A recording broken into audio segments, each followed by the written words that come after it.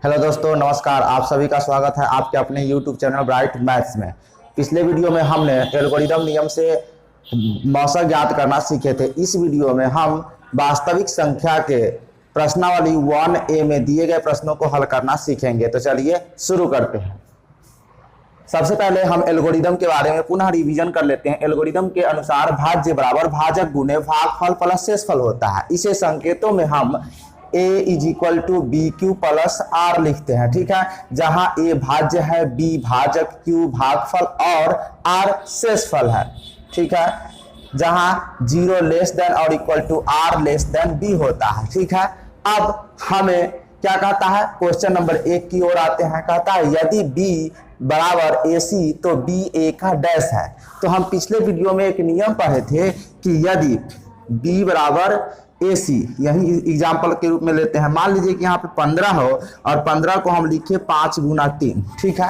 तो हमने पढ़ा था कि इसको 5 को 15 का क्या बोलेंगे, अपवर्तक बोलेंगे, और 15 जो है 5 का गुणज कहलाएगा, ठीक है। कब? जब इससे ये विभाजित हो जाए पूरा पूरा, तब। यानी 5 से ये 15 पूरा पूरा विभाजित होता है कितनी बार में? 3 बार में। तो यहाँ पे 15 5 का गुणज है। क्या है? गुणज है, ठीक है। और 5 15 का अपवर्तक है, अपवर्तक है, ठीक है। तो 5 जो है सो 15 का अपवर्तक कहलाएगा और 15 जो है सो 5 का गुणज कहलाएगा। ऐसा हम पिछले वीडियो में बता चुके हैं। अगर आपको जानकारी नहीं है तो जाकर के देख सकते हैं, लिंक डिस्क्रिप्शन में आपको मिल जाएगा। तो अब आप समझ गए होंगे कि b बराबर AC, तो b a का डैश है, तो b a का क्या कहलाएगा? गुणज कहलाएगा, जैसा कि आप यहां से समझ गए होंगे। तो आप 1 नंबर का आंसर आपका क्या होगा? गुणज, ठीक है। तो आप इसमें गुणज भर देंगे, कोई दिक्कत नहीं। चलिए, तो हम भी यहां पे भर ही देते हैं गुणज, ठीक है।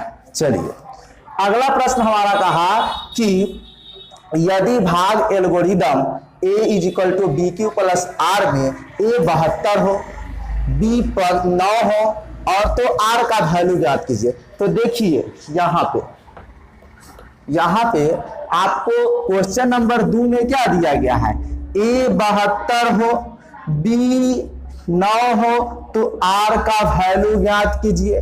जैसा कि आप जानते हैं भाग एल्गोरिदम के नियम से a is equal to B Q plus R होता है, जहां a इज इक्वल टू आपको क्या दिया है? 72 और b कितना दिया है? 9। अब आप ही सोचिए ना, 9 से इसमें भाग दीजिएगा तो कितना बार कटेगा?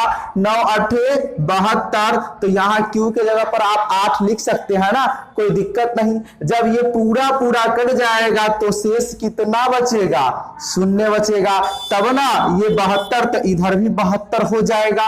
9 8 72 जोड़ 0 बराबर 72। तो आप यहां से r का वैल्यू आसानी से पता चल गया होगा आपको। तो r बराबर कितना हो गया? 0। तो इसीलिए क्वेश्चन नंबर जो 2 दिया गया है उसमें आप r बराबर 0 लिख दीजिए।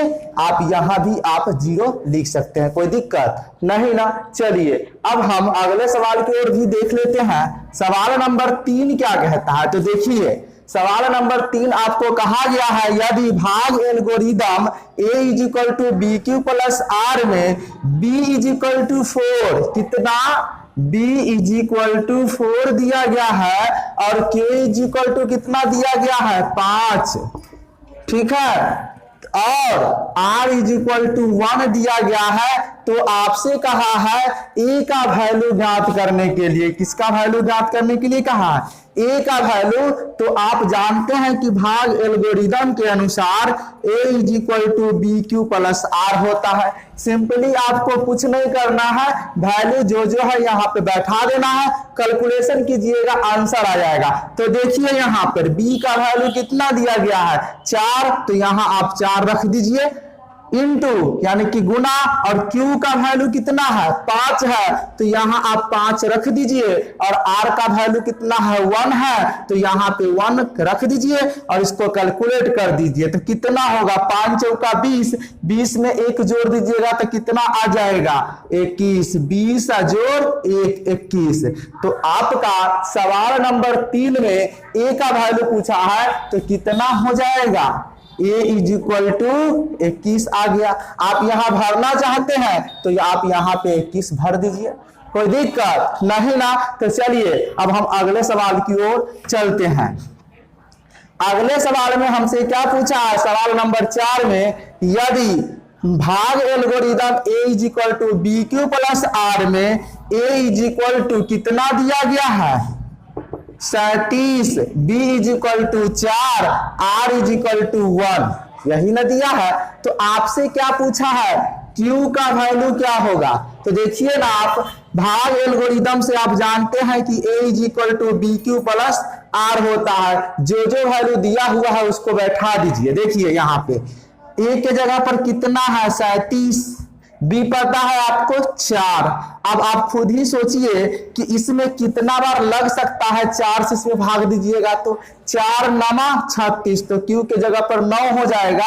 और जोड़ शेष फल कितना दिया हुआ है पहले से आपको पता है 1, तो यहाँ 1 रख दीजिए। अब देखिए 4 9 36 1 37, राइट साइड में भी 37, लेफ्ट साइड में भी 37, यानी कि पूरा यह नियम का पालन कर रहा है। आपसे किसका वैल्यू पूछा है Q का वैल्यू, तो Q के जगह पर कितना आया 9, तो आप आसानी से सवाल नंबर 4 में Q इज इक्वल टू 4 लिख सकते हैं। सॉरी, Q इक्वल टू 9 आसानी से लिख सकते हैं। यहां भरने के लिए कहा रहा है तो यहां भी आप 9 लिख दीजिए, कोई दिक्कत नहीं ना। पूरा समझ में आ गया होगा तो लाइक भी कीजिए। चलिए अगला सवाल देखते हैं। सवाल नंबर 5 क्या कहता है, देखिए 5 में आपसे कहा है कि 92 इज इक्वल टू 12 गुने 7 प्लस 8, तो मसा 92 और 12 बराबर मसा 12 कॉमा डैश बराबर डैश, यानी कि इस खाली जगह जो दिया गया है और ये जो खाली जगह दिया गया इस दोनों में आप क्या भरिएगा।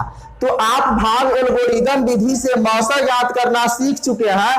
तो देखिए यहाँ पे सबसे जो पहले लिखा हुआ है उसको आप लिख लीजिए, 92 इज इक्वल टू 12 गुने 7 जोड़ 8, ठीक है। एल्गोरिदम के नियम के अनुसार इसको हम लिख लिए, लिखा हुआ पहले से दिया भी हुआ है। अब आप देखिए क्या करना है, इस 12 को उठा के आप यहाँ लाते थे और जो शेष फल होता था उसको यहाँ लिख लेते थे, ऐसे ही ना लाना है, ठीक है। और अब 8 से इसमें भाग दीजिएगा, कितना बार लगेगा 1 बार ना, तो 1 लिखिए तो शेष कितना बच जाएगा, तो 8 एकम 8, 12 में से 8 घटा दीजिए तो कितना बचेगा 4 बच जाएगा। फिर वही प्रक्रिया को दोहराना है, आप 8 को यहाँ लाइएगा, शेष फल को यहाँ लाइएगा, 4 दूना 8, 2 बार में लग जाएगा तो शेष कितना बच जाएगा 0। और ये प्रक्रिया कब खत्म हो जाता है, जब हमारा शेष फल 0 आ जाता है। 0 आ गया है ना, तो हम आपको बताए थे कि यहाँ पे इसको कैसे लिख सकते हैं, मसा 92 कॉमा 12 बराबर मसा 12 कॉमा 8 बराबर मसह 8 कॉमा 4, 8 कॉमा 4, यही ना बताए थे। इसको लिखना है, इसको लिखना है, इसको लिखना है, ये सब आपस में तीनों बराबर होगा।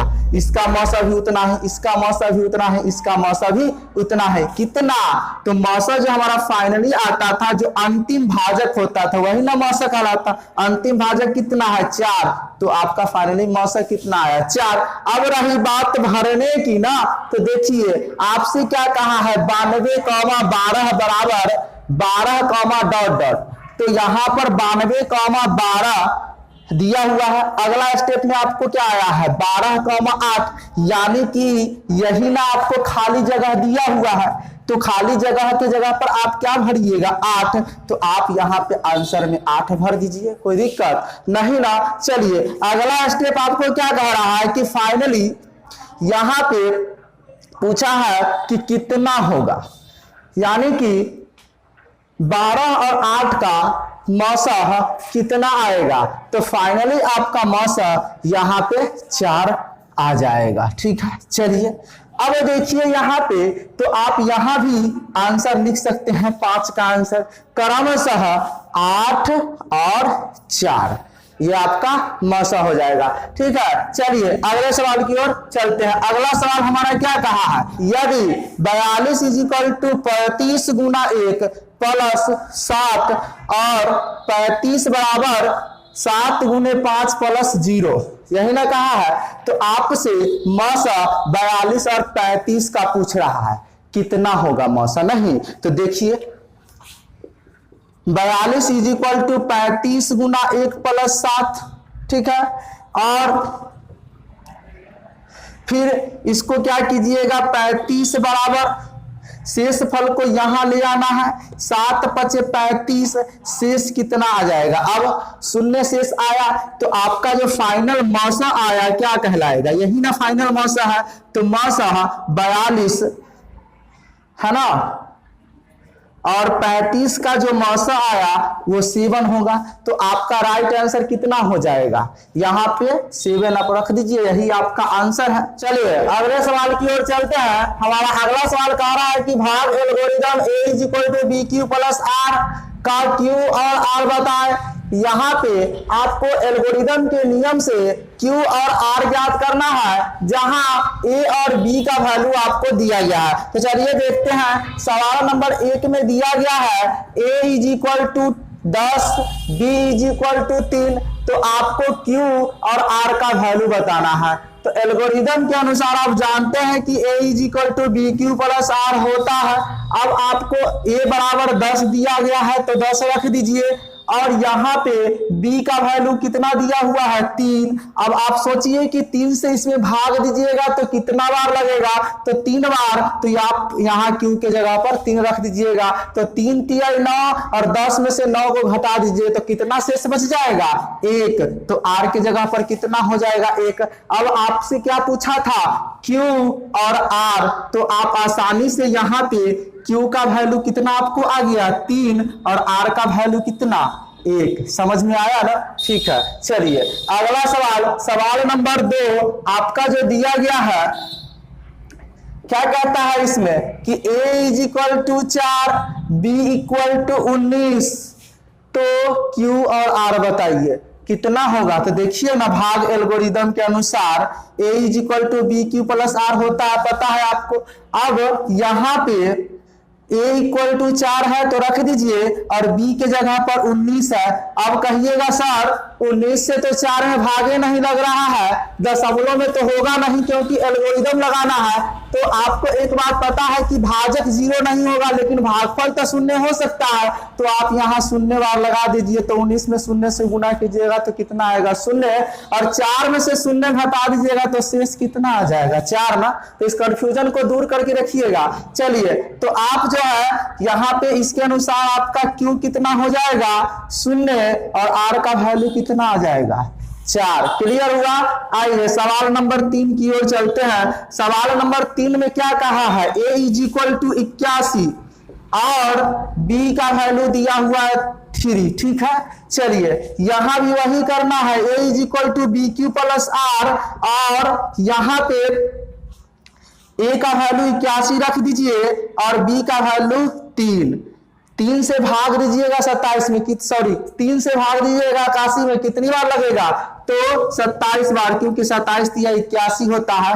अब 81 में से 81 माइनस कर दीजिएगा तो कितना बचेगा, 0 बचेगा।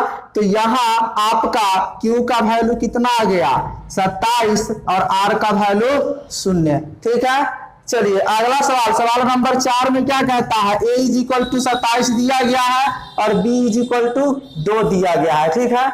चलिए यहाँ A = BQ + R, A आप 27 रखिएगा, और B का वैल्यू कितना दिया हुआ है, 2। तो 2 से इसमें भाग दीजिएगा तो कितना बार, 13 बार तो लग ही जाएगा ना, 13 दूना 26, और शेष कितना बच जाएगा, 27 में से 26 को माइनस कर दीजिएगा तो शेष 1 बच जाएगा आपका, ठीक है। तो आपका Q का वैल्यू कितना आ गया, 13, और R कितना आ गया, 1। तो पूरा समझ में आया होगा तो लाइक कीजिए और अपने दोस्तों के साथ शेयर कीजिए। इस वीडियो में इतना ही, फिर मिलते हैं किसी नए टॉपिक के साथ, तब तक के लिए धन्यवाद।